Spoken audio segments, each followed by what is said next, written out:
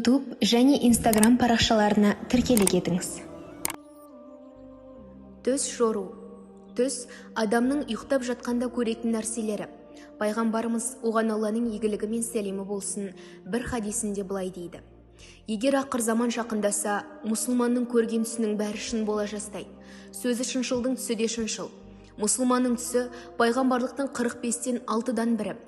Түс үш түрлі: ізгі түс Алладан, сүйінші және қайғыртушы түс, шайтаннан және ойында жүрген нәрсені түсте көру.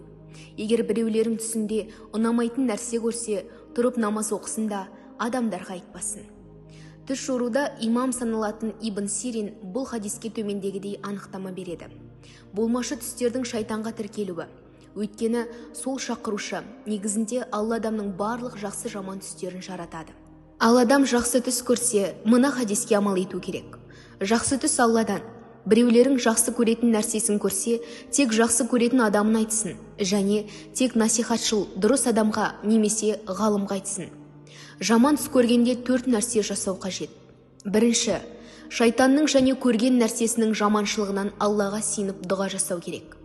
Екінші, сол жағына 3 рет түкіру, сүф-сүф деп айту. Үшінші, жатқан жамбасынан ауысып, екіншісімен жату. Төртінші, ешкімге айтпау. Осы нәрселерді жасаса, пайғамбарымыз айтқандай, оған еш зиян тимейді. Ал кім түсінде Алла тағаланы кейіпсіз көрсе, немесе пайғамбарымызды көрсе, ол хақ. Хадисте, кім мені түсінде көрсе, ол хақ. Шайтан менің бейнемде келмейді. Түсті жорытуда өте сақ болу қажет. Хадисте түс жорылғандай болады. Бұның мысалы, бір аяғын көріп, қашан қоярын тосып отырған адам секілді. Сондықтан біреулерің түс көрсе, тек жанашыр немесе ғалым адамға айтсын. Кей адамдар көрмеген нәрсесін көрдім деп әртүрлі мақсатта өтірік айтады. Пайғамбарымыз мұндайдан өте сақтандырған. Өтіріктің ең жаманы екі көзі көрмегенді көрдім деу. Ал жорушы адам түсті көрген адамнан естігені жақсы. Егер ұнатпайтын түс болса, немесе толық білмесе, саған жақсылық, дұшпаныңа жамандық деп қана айту керек. Түсті көрген мезетте жортқан жақсырақ.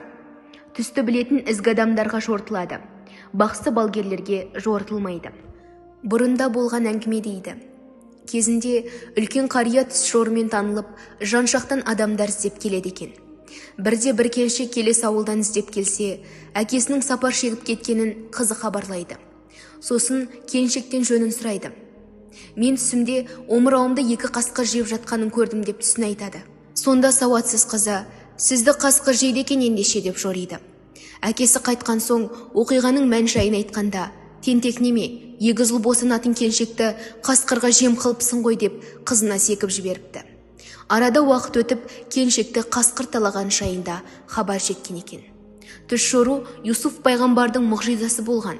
Адам түс көріп уайымдай бермесін деп қазақ мынадай мәтел айтқан: түс түлкінің боғы. Сондықтан әрқашан Аллаға сиынып, өзінен амандық тілейік. Видео ұнаса лайк басып, арнама тіркеліп, қоңыраушаны баса кетіңіз. Келесі видеода кездескенше. Ассаламу алейкум ва рахматуллахи ва баракатух.